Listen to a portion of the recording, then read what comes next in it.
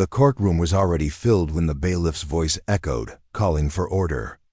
Wooden benches creaked as people shuffled to find a seat, their whispers blending into a low hum that filled the air. Dusty sunlight streamed through the tall windows, illuminating the old wooden panels of the chamber. At the center, the judge adjusted his spectacles and prepared to hear the next case. The defendant was led inside, a man in his late 60s, tall but stooped, his shoulders bearing the weight of years. His hair was silver, combed back neatly, though his clothes were worn and patched.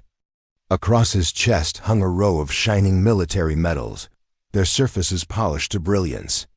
The ribbons caught the light as though they carried stories of bravery and sacrifice. Some people in the gallery nodded with respect.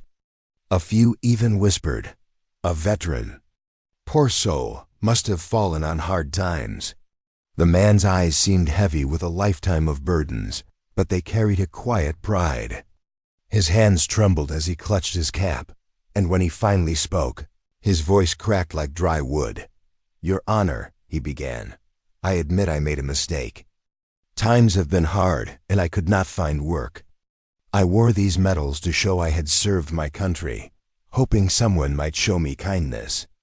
I never thought it would lead me here." There was a ripple of sympathy in the room. His tone was sorrowful, and his posture, head bowed, shoulders slumped, spoke of a man crushed by misfortune. The prosecutor, however, stood and read the charges. The medals, he claimed, were not truly earned. They had been taken from second-hand shops, stitched to his jacket to pass himself off as a decorated war hero. The words hung heavy in the chamber. Some gasped, others frowned, torn between pity and disgust. The old man looked down at his boots, too worn to hide the holes at the toes. His story unfolded further. He was once a factory worker, but age and illness had left him jobless. With no family and no savings, he had resorted to begging on the streets. And there, he discovered that wearing medals made strangers stop, listen, and sometimes offer coins with more generosity. His eyes glistened as he admitted it all. "I know it was wrong," he whispered, "but hunger makes a man do shameful things. I never claimed to be a hero, but people believed it when they saw the medals. I let them believe." The courtroom fell silent. Even the judge leaned back in his chair, hands folded, watching the trembling figure before him. For a moment, it seemed pity might outweigh judgment. But then the judge's lips curled into a faint, ironic smile. He reached for the documents on his desk, adjusted his spectacles again, and said, almost casually, "So, these medals, which you polished so carefully, were nothing but lies?" The old man raised his eyes, wet with shame.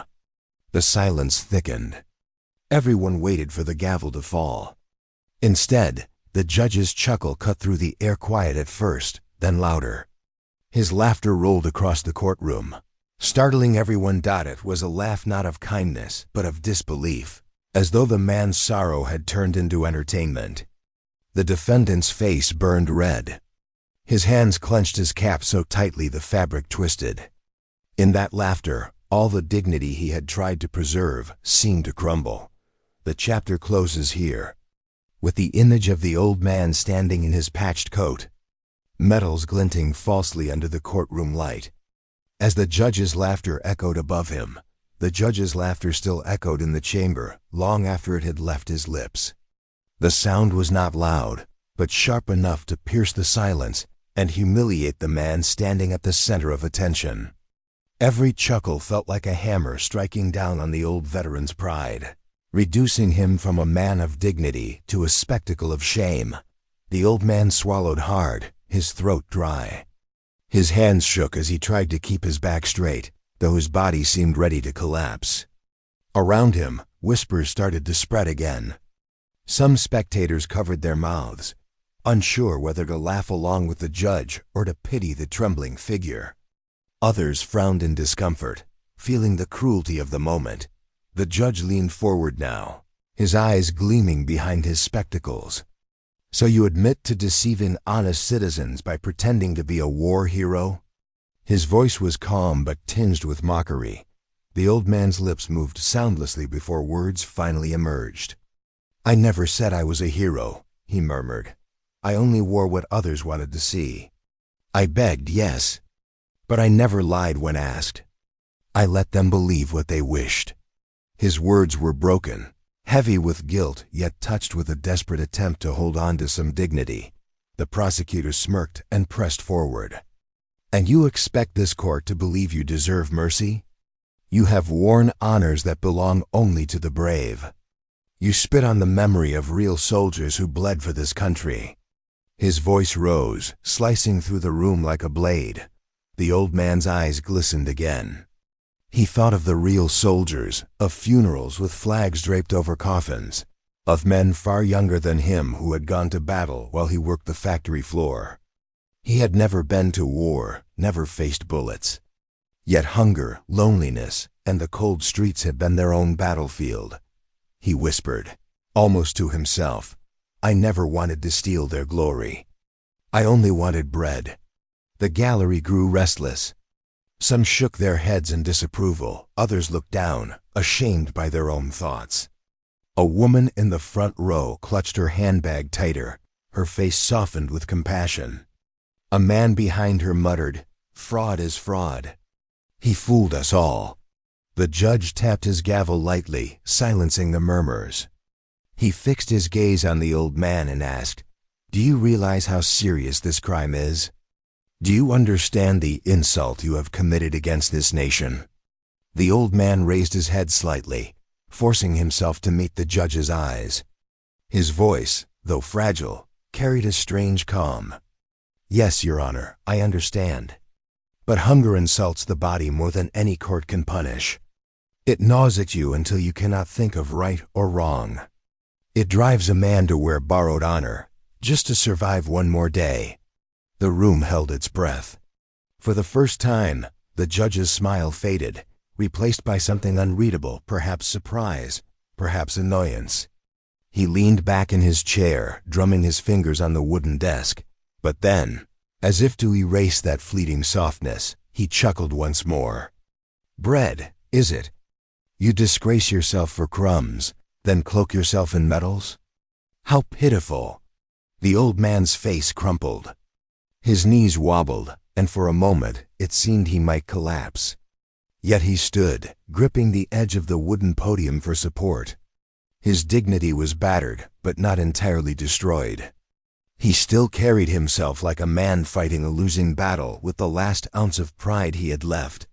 The laughter in the chamber lingered, like a cruel echo. It was not just the judge's mockery, it was the unspoken agreement that society had no place for the weak who pretended to be strong. The old man's words still hung in the air.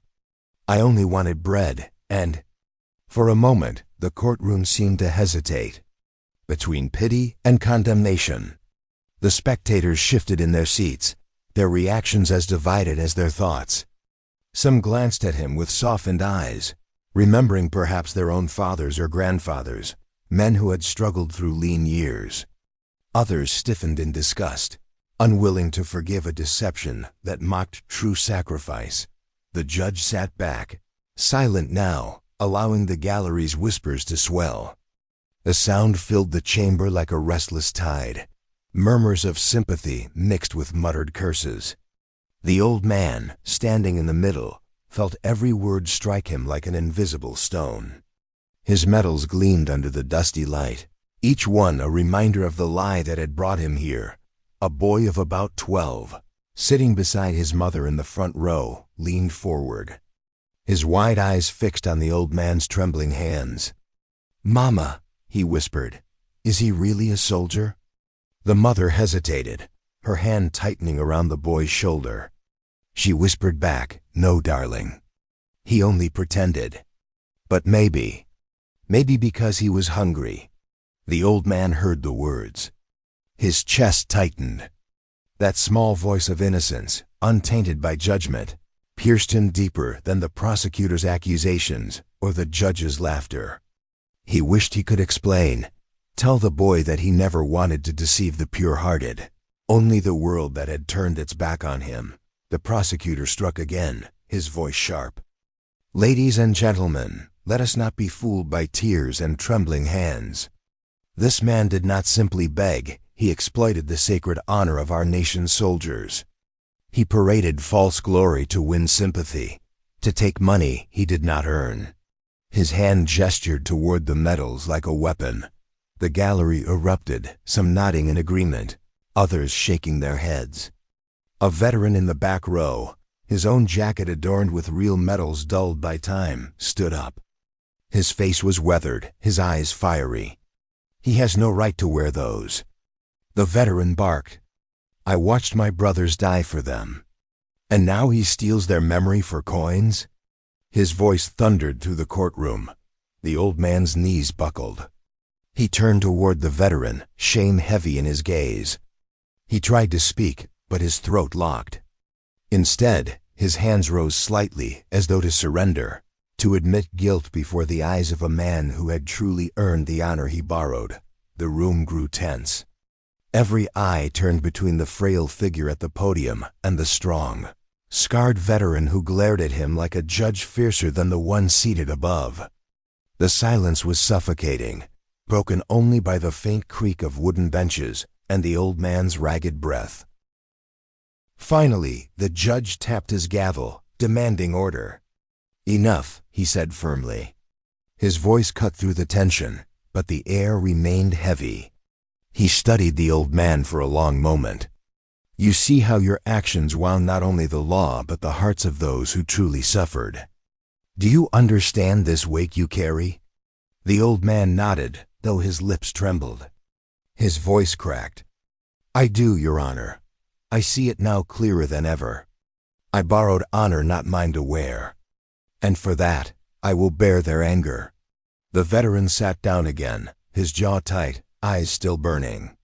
The gallery murmured anew, some moved by the old man's broken humility. Others unmoved, their hearts hardened. And in that storm of voices, the old man stood trembling, his medal still gleaming falsely against the dimness of the court.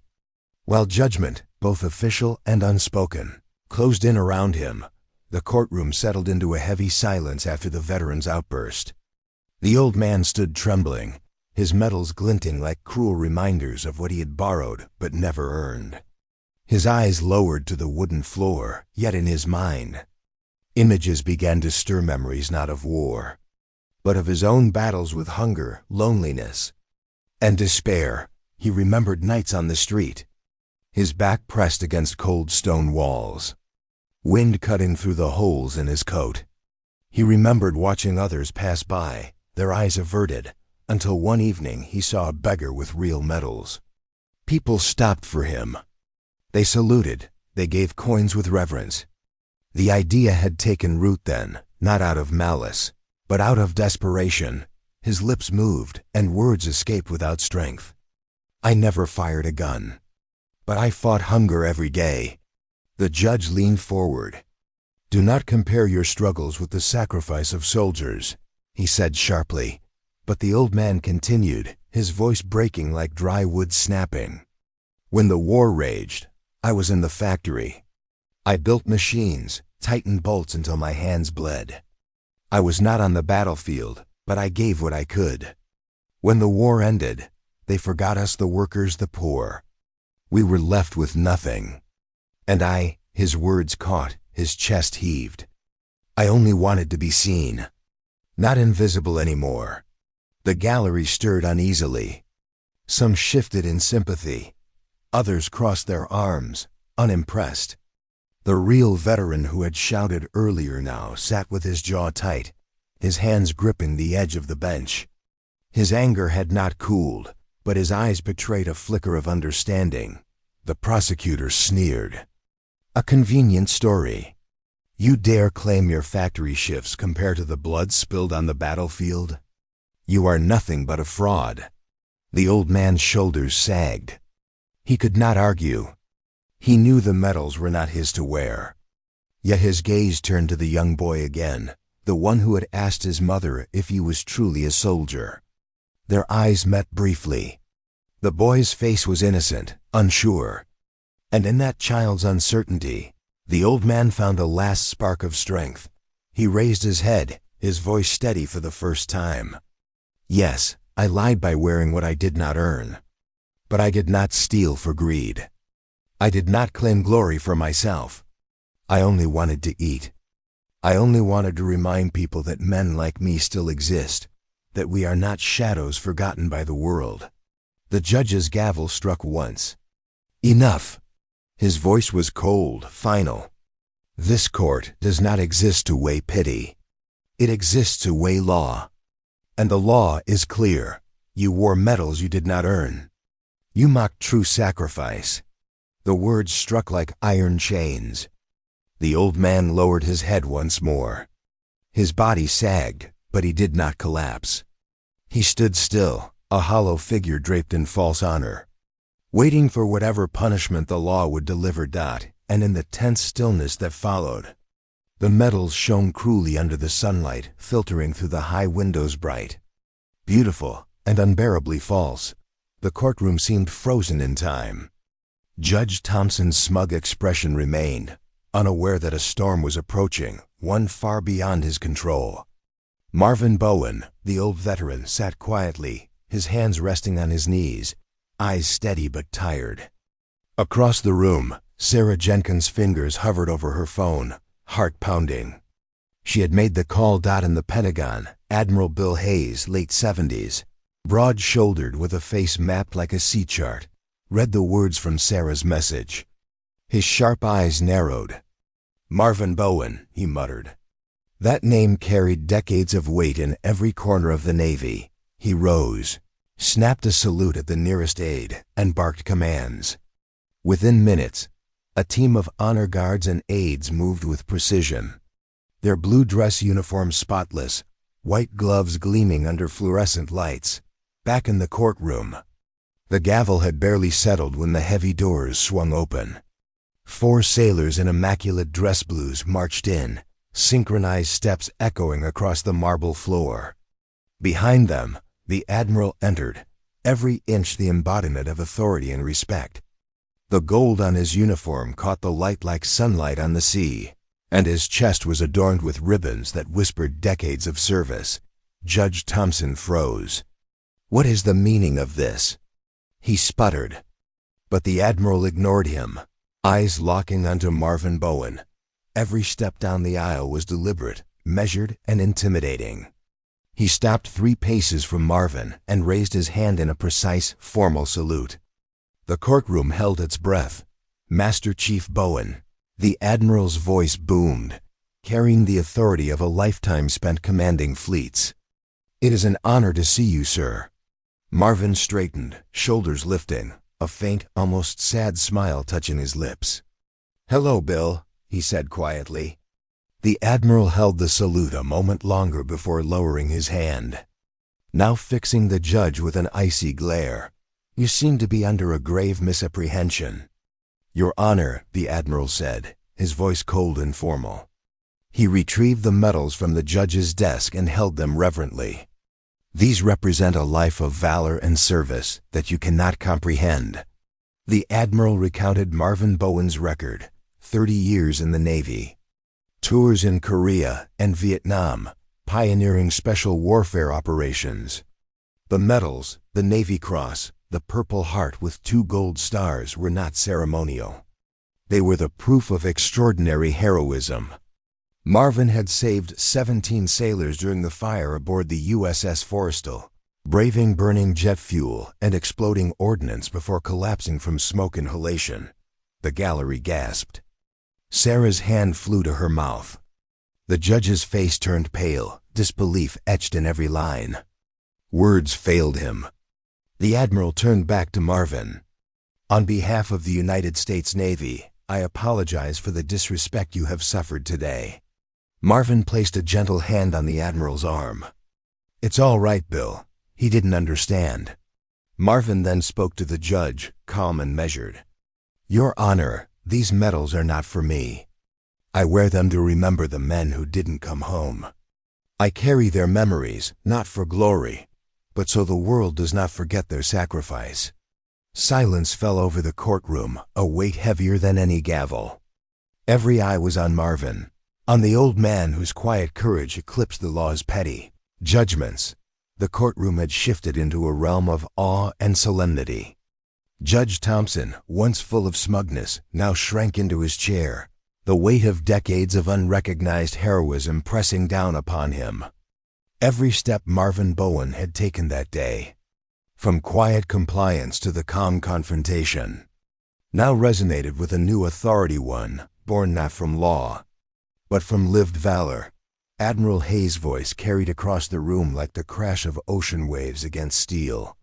He recounted the story of the USS Forrestal fire, of young sailors trapped amidst exploding jets, the acrid smell of burning fuel, the screams and chaos, and how Marvin had charged into the heart of that inferno repeatedly to save 17 of his comrades. The gallery gasped again. Even the seasoned reporters sitting at the back, used to mundane legal proceedings, found themselves leaning forward, hearts caught between disbelief and reverence. Marvin Bowen, frail yet upright, allowed himself a momentary exhale. Each word of praise from the Admiral was not for him personally, it was for the collective memory of the men who had served, suffered, and fallen. He had carried their faces, their names, and their stories quietly for decades. Now a living testament to their courage stood beside him, making sure that the injustice of a petty judge would never erase their legacy. Judge Thompson, face white and shaking, tried to speak. His words stumbled, empty of authority. This changes nothing," he began, but the gallery's silence pressed down like a physical weight, muting him. The Admiral's eyes cut to him, icy and unyielding. "Your assumptions are wrong," he said, voice low but sharp. "This man is no fraud. He is a hero, and the court's treatment of him today is a stain upon its honor." Sarah Jenkins exhaled, finally allowing her tense shoulders to relax. The fear and helplessness she had carried for hours began to lift. Marvin turned to her, giving a small, almost imperceptible nod, a gesture of gratitude for her determination. She had risked every professional protocol in that moment, yet it had worked. The courtroom remained silent, each person absorbing the weight of respect, the quiet dignity of a man who had faced fire, combat, and loss without complaint. Marvin's calm, measured words to the judge echoed, "These medals are not for me. I wear them for the men who didn't come home. I am only their memory's bearer." No one spoke, not out of fear, but out of understanding. True honor does not demand applause. It commands acknowledgement. Even Judge Thompson, humbled beyond words, could only slump further into his chair, the shallow rhythm of his ego deflating. The gavel, once a tool of petty dominance, lay useless before the enormity of lived courage. The room, once a stage for humiliation, had become a cathedral of respect. Marvin Bowen, an unassuming veteran, had quietly rewritten the meaning of justice within its walls. The courtroom had settled into a hush that felt almost sacred. Marvin Bowen, seated in the witness room, traced the faint scratches on his medals with a gnarled, deliberate hand. Each dent, each burn mark, told a story of fire, blood, and chaos. The room smelled faintly of old paper and polished wood, but in Marvin's mind, he could still smell jet fuel and hear the screaming deck of the Forrestal. Sarah Jenkins, pacing back and forth, tried to find the plan. She had already called Admiral Hayes, and the wheels of justice, or perhaps the wheels of honor, were now in motion. But the old veteran remained calm, almost meditative. "It's all right, son," he murmured, more to himself than to Sarah. "It was never about the medals. They're just reminders." The flashback came, unbidden. The fire on the deck, explosions echoing like thunder, molten metal hissing as it hit the deck, fellow sailors trapped in flames. Marvin, then a first-class petty officer, lunged through walls of fire, dragging men to safety, ignoring his own pain. Smoke burned his lungs, heat blistered his skin, yet he moved tirelessly. 17 lives saved by a single man, and yet, to the public eye, he was invisible. Back in the present, Marvin's fingers tightened over the metal ribbons. Each ribbon was faded, frayed at the edges, a testament to decades of memory and quiet service. The Purple Heart, the Navy Cross, they were not symbols of pride, but of remembrance. Of friends lost, missions survived, and a life lived under the constant shadow of danger. The courtroom doors opened again, the sound of polished shoes announcing a presence that shifted the entire room. Admiral Hayes strode in, 4-star insignia glinting, eyes sharp and commanding. The old veterans in the gallery recognized him instantly. Whispers spread like wildfire. Marvin straightened, his pale blue eyes meeting the Admiral's. A single nod passed between them. A silent understanding born of shared history. Judge Thompson's smug mask faltered as the Admiral approached the bench, collecting the medals. The commanding figure radiated authority that no robe or gavel could imitate. "Master Chief Bowen," the Admiral said, his voice resonant and unwavering. "Your service is beyond question. These medals and your story are sacred to the Navy and to the nation." Marvin allowed himself a rare, faint smile. Not for himself, but for the boys who had never returned home, whose faces he carried in quiet devotion. The medals were for them, always had been, and always would be. Judge Thompson, broken and speechless, could only witness the dignity that could never be diminished by petty accusations. The courtroom seemed to hold its breath.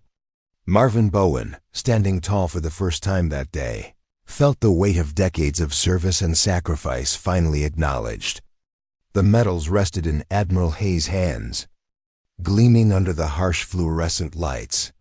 But it wasn't the shine that mattered, it was the history they carried. Judge Thompson, once smug and domineering, was now visibly diminished. The gavel in his hand felt powerless against the presence of a living legend. His mouth opened, closed, then words finally emerged. "Case dismissed." The gavel fell with a feeble thud. Silence filled the room, thick with awe and respect. Marvin's gaze softened as he turned to the gallery. Ordinary citizens, reporters, and fellow veterans alike rose to their feet, not in applause, but in solemn recognition.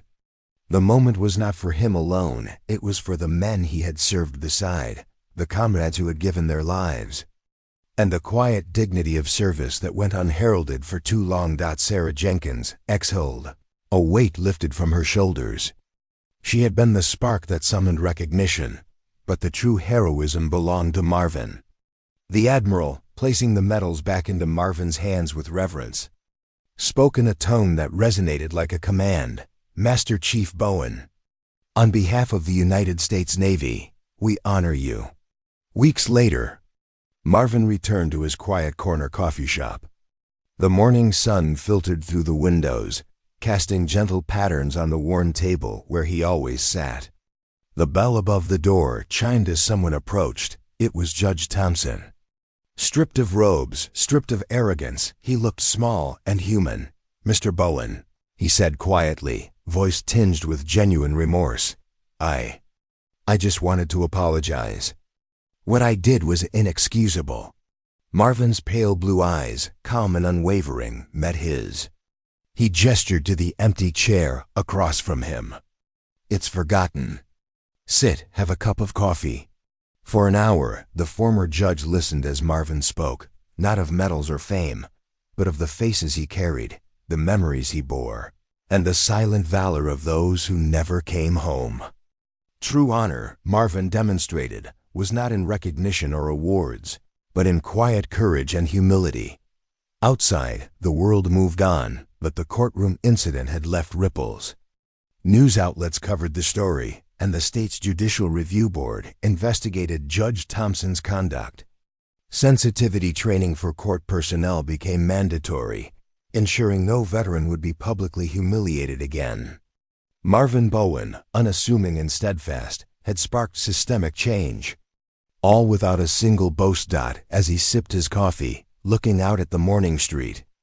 Marvin's hand rested lightly on the medals pinned inside his coat. They were not for him. They were for the boys, for the history, for the memory of valor lived quietly, without fanfare. And in that quiet moment, the world seemed a little more just, a little more aware, because of one man who had simply carried the weight of honor.